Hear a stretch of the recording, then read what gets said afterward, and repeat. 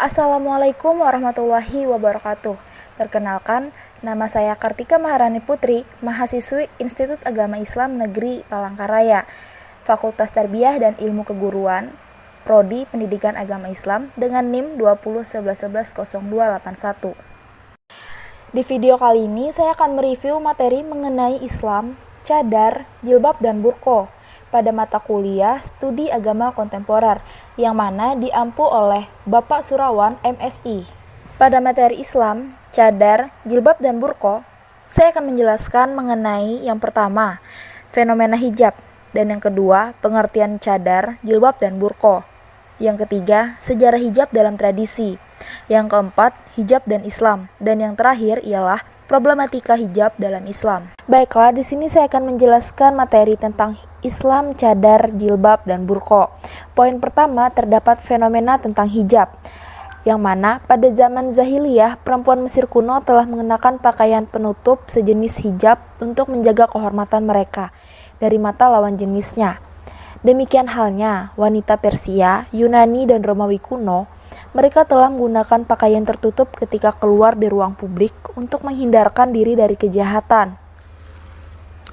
Pada masa yang sama, perempuan Arab telah mengenakan hijab yang terdiri dari jilbab dan kerudung, namun tidak berfungsi sebagaimana yang diharapkan setelah Islam datang. Dari kebiasaan tersebut dapat dikategorikan bahwa perempuan yang berhijab adalah perempuan yang dianggap baik, terhormat, dan bermartabat. Sebaliknya, yang tidak memakai hijab dianggap perempuan tidak baik dan tidak terhormat, berdasarkan pendapat Miswar. Tradisi berhijab perempuan pada zaman itu terus dipakai oleh para perempuan di masa sesudahnya. Meskipun demikian, bukan berarti bahwa hijab dalam ajaran Islam mengambil atau meniru dari kebiasaan perempuan jahiliyah tersebut. Perempuan muslim memakai hijab sebagai bentuk ketaatan pada perintah Allah SWT yang disampaikan kepada Nabi Muhammad SAW untuk diajarkan kepada istri, anak-anak perempuannya, dan kepada seluruh perempuan Islam. Dan di Indonesia sekitar 1960-an sampai tahun 1980-an, hijab dianggap suatu momok yang menakutkan. Muslimah yang memakai hijab akan dikucilkan, sulit mencari pekerjaan, bahkan diusir dari sekolah atau kampusnya. Namun, di zaman modern ini, hijab berkembang menjadi salah satu tren busana bagi perempuan muslimah. Selanjutnya, pengertian cadar, jilbab, dan burqa. Cadar berasal dari bahasa Arab, niqab, yang dalam kamus Mutawatir mempunyai arti kain tutup muka. Biasanya, niqab terdiri dari kain yang terpisah dari kain jilbab, guna menutup wajah seorang perempuan, melengkapi sisa wajah yang tidak tertutup oleh jilbab. Istilah niqab oleh orang Indonesia sering dikenal dengan sebutan cadar. Cara berpakaian semacam ini biasa dilakukan oleh perempuan muslimah Arab Saudi dan beberapa penduduk negara Timur Tengah. Menurut Mulhandi Ibnu Hajj, cadar adalah kain penutup muka atau sebagaimana wajah wanita, minimal untuk menutupi hidung dan mulut, sehingga hanya mata saja yang tampak. Dalam bahasa Arab, cadar disebut dengan khimar, niqab sinonim dengan burqat. Dengan demikian, orang Indonesia memberikan istilah sebutan yang berbeda antara cadar dan niqab.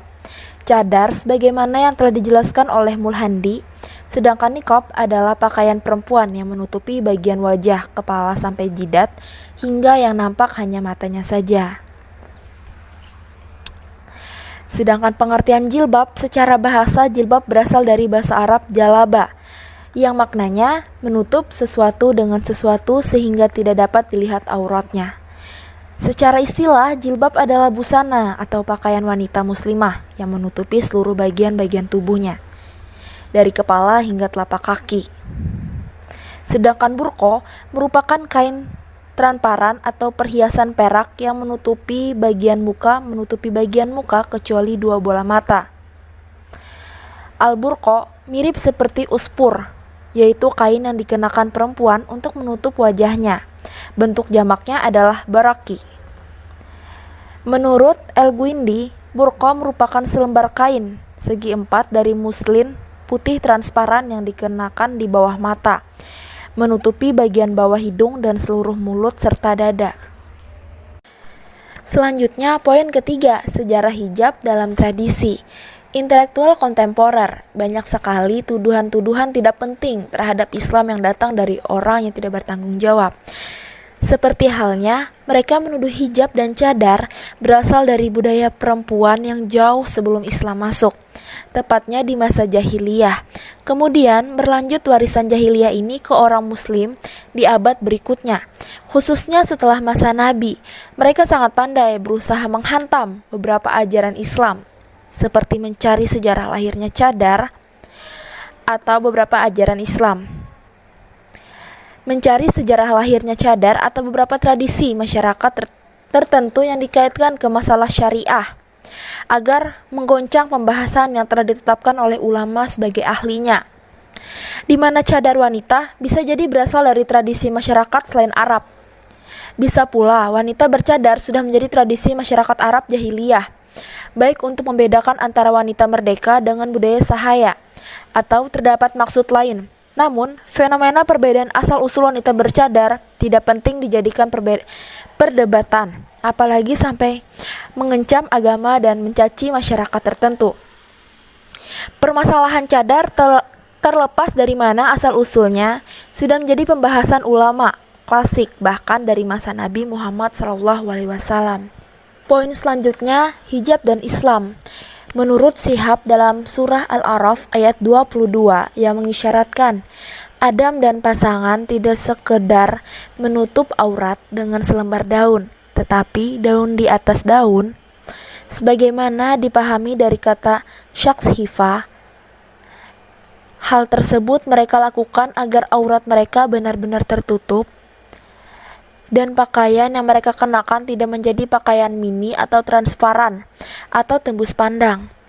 Ini juga menunjukkan bahwa menutup aurat merupakan fitrah manusia yang diaktualkan oleh Adam dan istrinya pada saat kesadaran mereka muncul, sekaligus menggambarkan bahwa siapa yang belum memiliki kesadaran seperti anak di bawah umur, maka mereka tidak segan membuka dan memperlihatkan auratnya.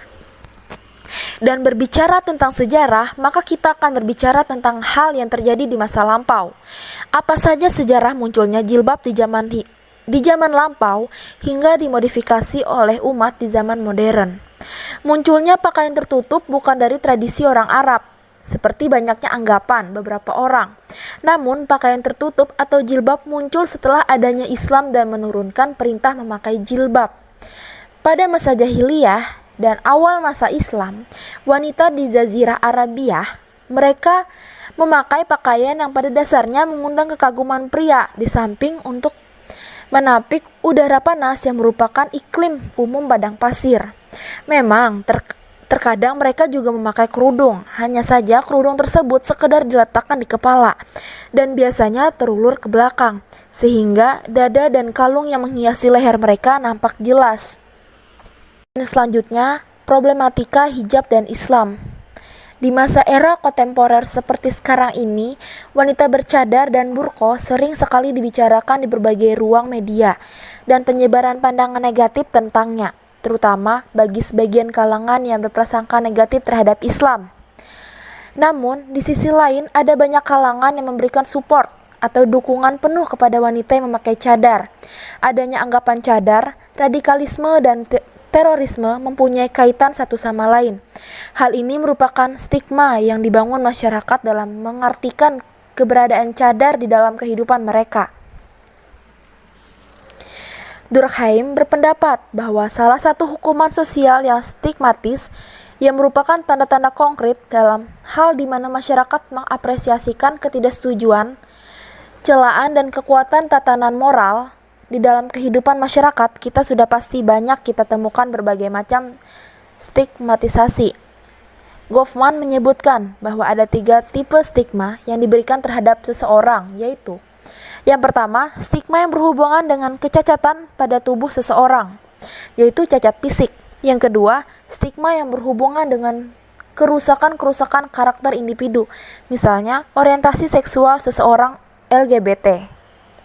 Dan yang ketiga, stigma yang berhubungan dengan ras, bangsa, dan agama. Nah, itu tadi merupakan review materi mengenai Islam, cadar, jilbab, dan burqa. Kurang dan lebihnya saya mohon maaf. Saya akhiri, sekian dan wassalamualaikum warahmatullahi wabarakatuh.